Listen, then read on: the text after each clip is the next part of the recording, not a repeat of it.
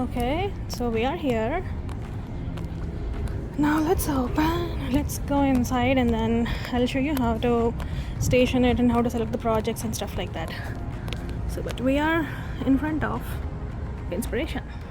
The studio allows us to access a variety of high-quality art supplies and tools. The staff will provide the tools, materials, and clean and inviting place for us to put everything together. We can create our own idea on the spot or can choose from an array of ever-changing monthly project menus based on the most popular pinned social media projects and current craft trends. It has its own wine or beer bar and a party room. They offer parties for every occasion, including birthday parties, bachelorettes, ladies' nights out, bridal and baby showers. They have the candle making experience, which is led by the expert instructors who will be guiding us through the entire process.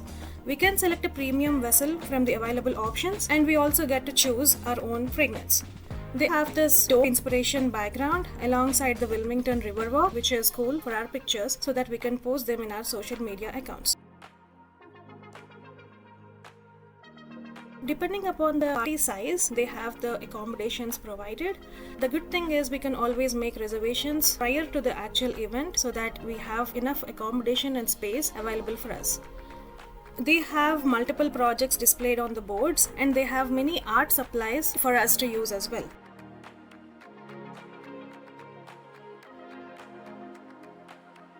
They have a splatter room for which they will be providing the protective gear such as goggles, shower caps, hoodies, and robes or coveralls. Alongside, they also provide online classes and workshops. Here is the display of all the items that they have for us to use, and there are many more in the back as well. This is the big room which can be used if you have a party of size 8 or more. Here is the protective gear that they have provided to me for the project that I have chosen. I have chosen a wall hanging bottle opener, and here are the required tools for me to build that one. So that is the wooden plank that was provided to me, and then an opener and also some screws to fit in the opener. So the first step is basically to remove any excess pieces of wood by sanding the entire board, especially the corners. Once we are done with the sanding process, then we can start the design process. For the design process, there were so many templates that were provided by the studio. I chose mandala art, but you can choose anything, like for example quotes, or if there are any particular letters that you would like to be displayed on the project, you could also do that. I was playing with the many templates that they have, and I was confused in having more than one pattern. Imagining the final output is a big thing when you don't know how the project will be. And as I've mentioned, they have so many art supplies to choose from and also paint colors and selections. Once I have made the selection, I came back to my station and I chose the teal color for the background and dark yellow, which pops up on the teal background.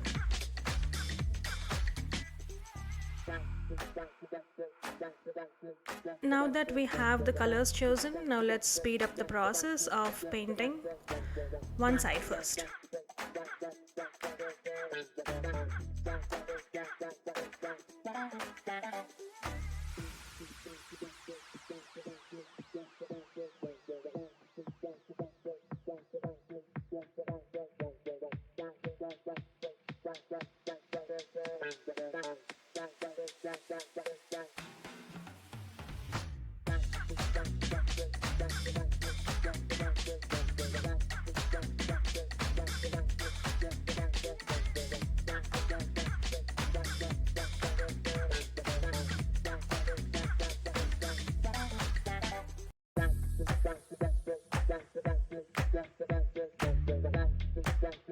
At every step of the project making, there will be instructors to guide us and also to let us know if we are maybe overpainting or we're not painting in it enough. Letting the paint dry for a certain period of time is also very important.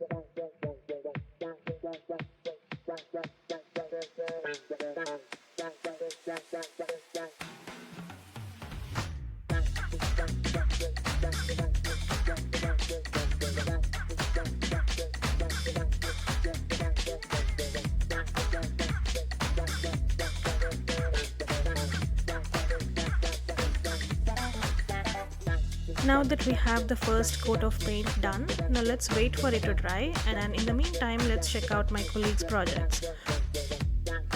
Most of them were doing the tray, like the serving tray. So we see like many of those today, but with different patterns and different colors and different color schemes. One of them had a really interesting project that is the acrylic pour. It is basically the acrylic paint on a canvas, and then it's just being spread in random ways.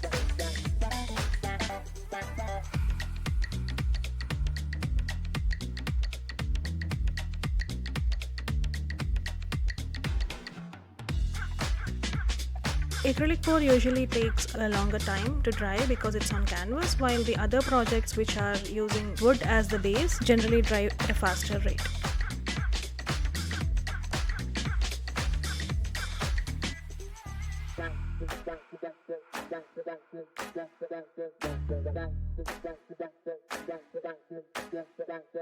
Now that we have painted one side and it's all dried up, now let's paint the other side as well.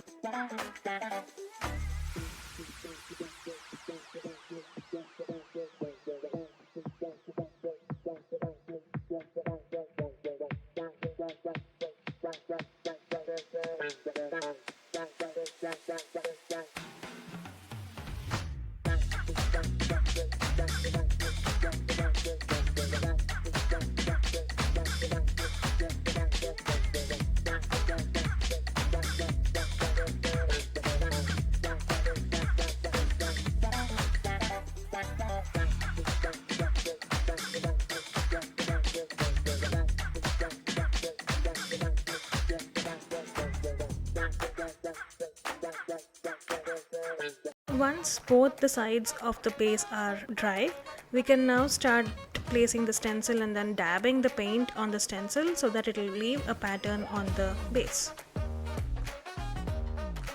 Once we have the area where we want to place the stencil, it is always a great idea to just make sure that it remains in the same location so that it doesn't move when we are actually dabbing the stencil itself. So that's the reason we have some tape on the base. And now let's begin dabbing.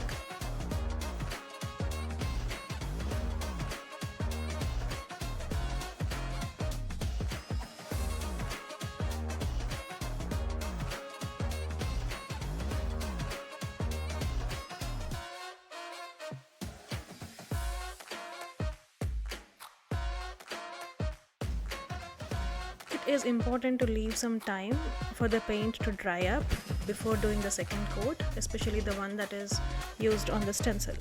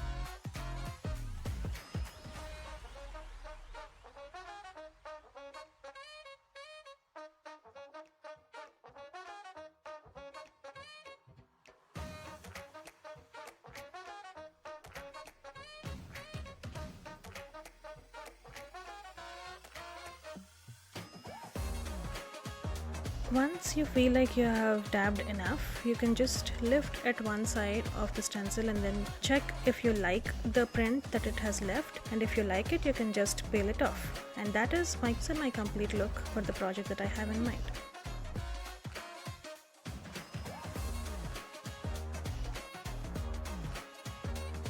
While we are waiting for our project to dry, now let's take a look at the others projects. They all look so pretty and our station looks so creative. Now this is almost final look. Now we are just making sure that we have the right placements for the holes for the screws to fit in for the opener.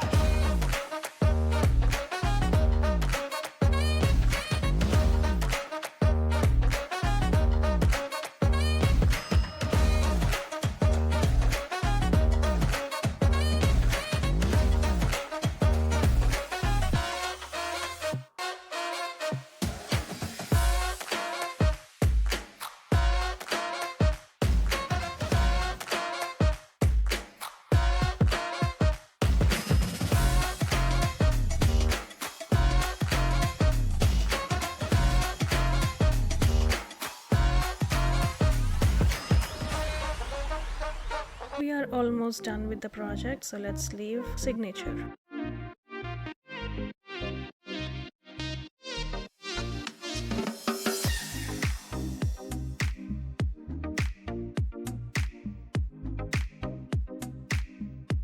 So this is the final look of my project and I really liked it.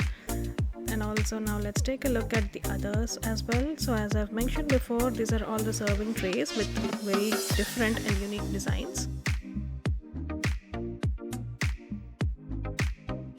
This is the final look of the acrylic pour.